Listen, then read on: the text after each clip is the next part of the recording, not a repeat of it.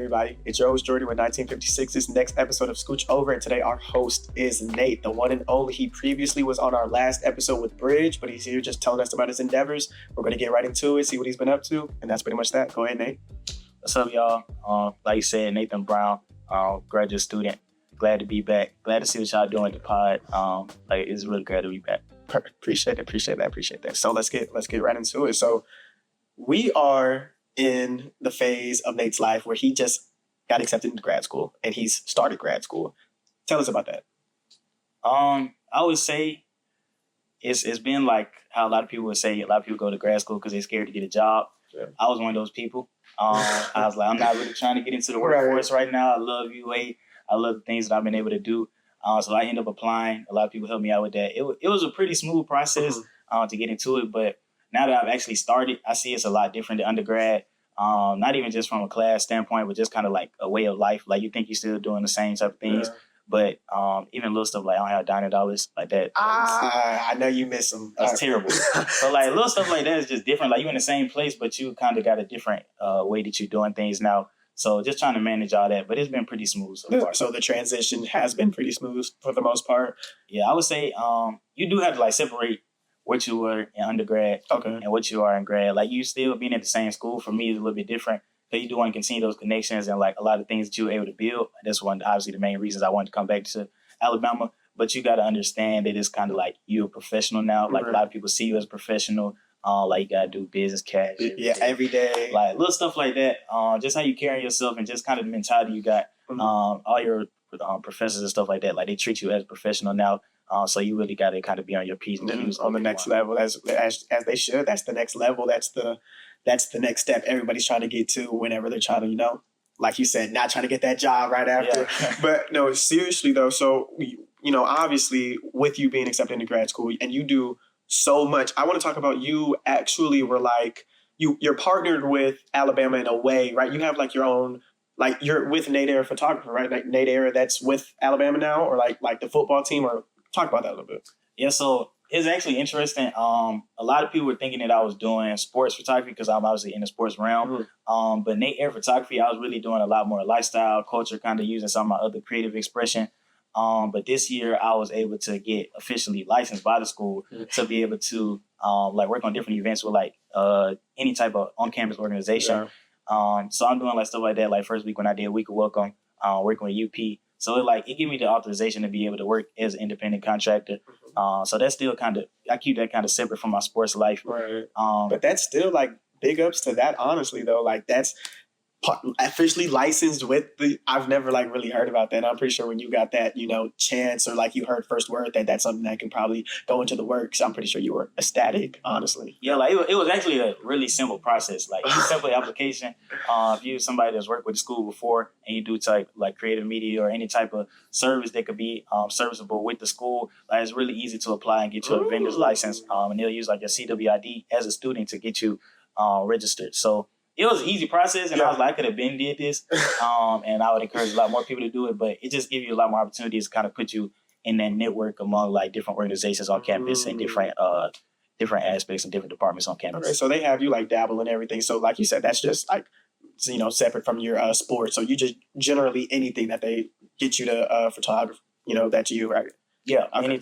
Any type of thing that I want to be an independent contractor for, like different events, and whether it's a banquet or a event or a camp or anything they like call that. On you. Yeah. You're the guy.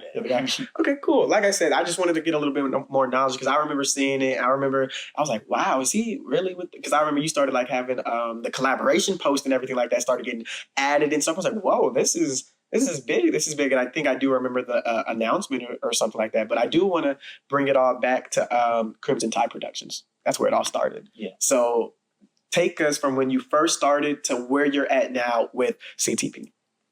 So I knew when I came to the school, when I visited in high school, I was kind of doing stuff like media and stuff like that. And so when I toured, that was really the reason I came to the school. Like I didn't really think about anything else.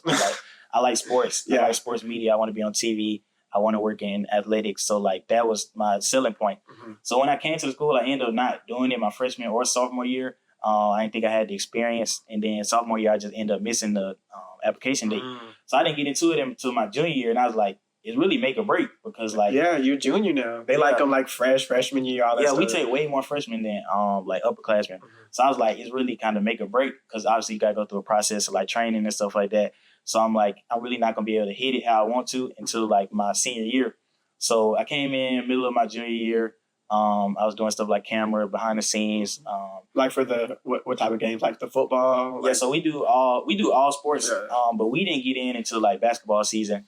So you'd be like doing I would say the hardest thing I ever did at CTP is holding the little cord for the person with the camera. Yes. Oh, I see that all the time. I'm like, that's a terrible job. Yes, like, that's gotta be terrible. Like you'll be sitting there for 30 minutes trying to wrap the cord up, and people are like, oh, this is the easiest job. Like this is a starter job. No, like that's the hardest thing. Like it make you appreciate every job they go into. That's the bottom. That's one of the bottoms. That's the floor. Wow. That's where you started. Wow. So like anybody that worked there know like over under like they take 30 minutes.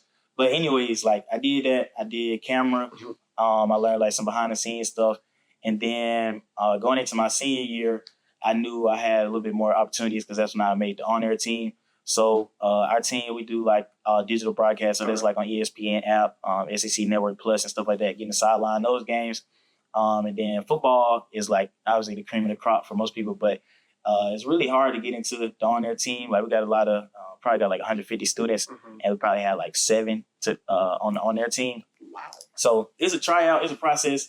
But they're like, they gotta take somebody, so I'm gonna be probably one. Yeah. Oh, that's how you had that mindset. Yeah, I was like, somebody got to do it. So I was like, I'm gonna be one of the people to make it. Yeah. And I was like, I know I ain't have time to waste, so just like practicing every day, build as much knowledge as I could and stuff like that, asking for as much and making it clear that was what I wanted to do. Yeah. So like last year, I would say that's really kind of when I found my groove. Like I did a good amount of basketball sidelines.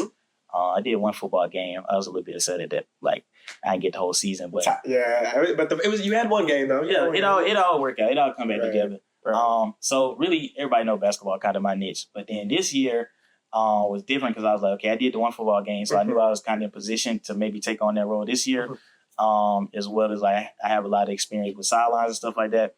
So coming into this football season, I was like, I'm gonna get the football thing. Like I've been working at it. I've been practicing. It's yours. Like I was trying to speed that into existence.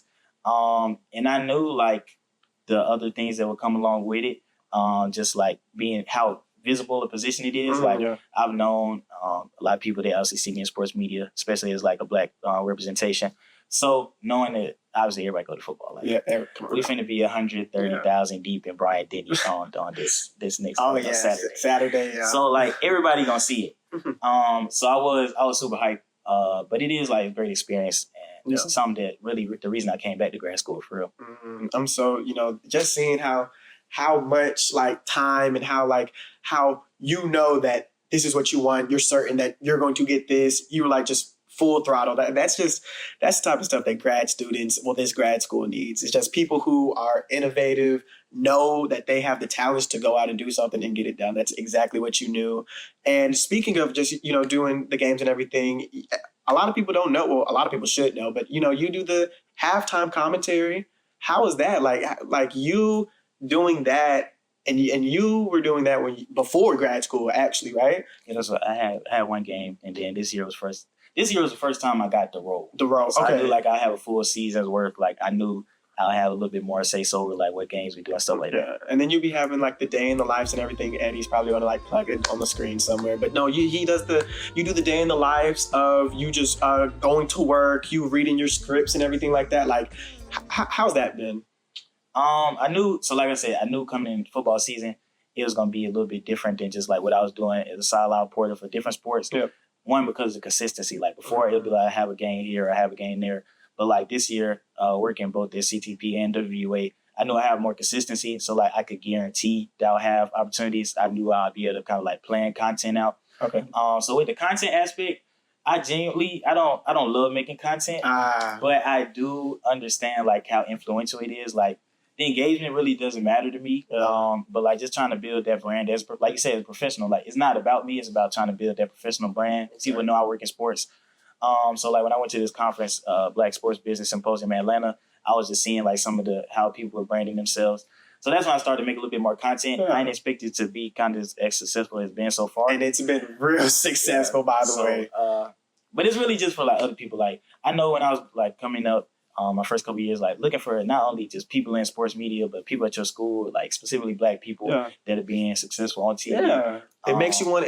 Like you doing what you do makes me. And the talk that we had the other day. Yeah. I was like, you already know what my plans are after this. I'm like, I see what you're doing. I'm like, Nate, I want to get to what Nate said, like doing my aspect, but like you're the blueprint. You're the blueprint. Yeah, because I remember we was first talking about like the podcast. Yeah. Fresh Foods. Yeah. I was like, okay, like I love anybody that can innovate something. Like it's so hard to create things and not only create it, but to stick it out through the initial process, through the foundation, through the I don't really know what I'm doing right now, or through the we need some funding. Yeah. So like anybody that can create something like that and see it through, you could like it takes so much work. And so like when I knew you were starting to go into that, I was like, okay, I know this is going to be something that's going to be innovative, something that we can need. Yeah. And so that was kind of something that triggered me kind of going into the interviewing space and stuff like that as well too. That's good. I didn't know I had that big of an effect, man. But no, honestly, I do appreciate. Like I said, it's been times, honestly, funding wise, or just with the whole bill pass. It's just a whole bunch of things that go into just doing what we're doing right now. And like you said, just being like the figures that we are, that's another thing I want to get into. Obviously, you're a very heavy name around campus, what you do, especially being, an African-American, at a PWI. You really have that spark that people can really look at you and be like, that's what I want. You feel me? Like I'm looking at everything you're doing, your stuff with Tim and Cameron Keenan, the halftime reporting. I'm like, wow, he really found his craft and just made his own little spot for it. And that's something that I really look up forward to. Like, I really look at you and like, wow, he's getting it done every time you post something. Every time University of Alabama's posting your work, I'm like, I need that. And so like, when you hear things about that, knowing that it's probably like other people who don't even probably tell you like, hey, this is something that I need. Like, I'm looking up to you, and I want some advice. What do you have to say about people like that? I would say like before this year, like obviously the people like obviously me being heavy influence on Bridge, like kind of see the relationships you're able to build there and the impact you're able to have like places like that. But then this year, I did know it. Like I had the sense coming into football season. I'm like, you're going to be able to have a platform to be able to do things. Yeah. And so generally, like, that's my reason for being in sports. Like, obviously, I love sports. I want to be able to make it to professional league, to be able to do that. Mm-hmm. I love TV side. I like performing and stuff like that. But my general purpose is to be able to give back to other people and be able to influence people and be like continue to show how God has moved within my life, because that's my actual purpose. Like, it's just a platform for me to be able to use to be able to inspire other people and draw people closer to God and stuff like that. So I had a sense that was coming with the platform that I was able to build. And so that helped me be able to prepare for that. But like the amount of people that have like how you say you never know the impact you have. Yeah. This year, like it's been in my face. Like people have consistently like every day somebody's like, surprised. Thank you for this advice. Or like, I got this job. Like, thank you for talking to me that day. Yeah. Or like, I remember when you took me on my visit and stuff like that.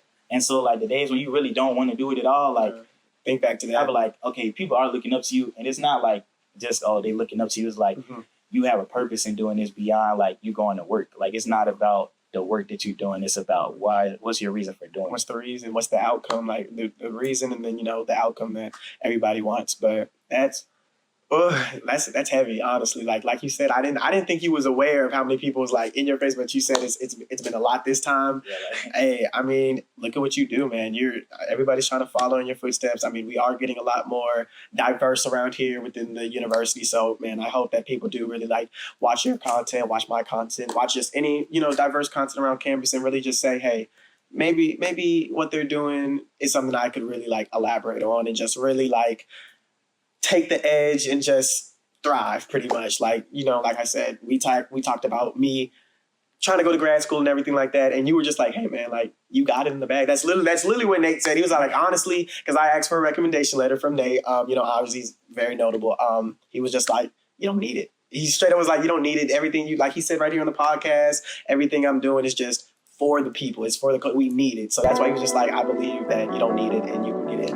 I honestly did appreciate when you said that, because like you said, sometimes when those days you're like, is this gonna pay off in the end? Yeah. Think back to those days when someone who I'm looking up to is like, hey, you can get it done. So I really do appreciate that, Nate. I really do appreciate you coming on our show once again for the second time and just spreading all the love that you can. That's Scooch Over. Bye guys.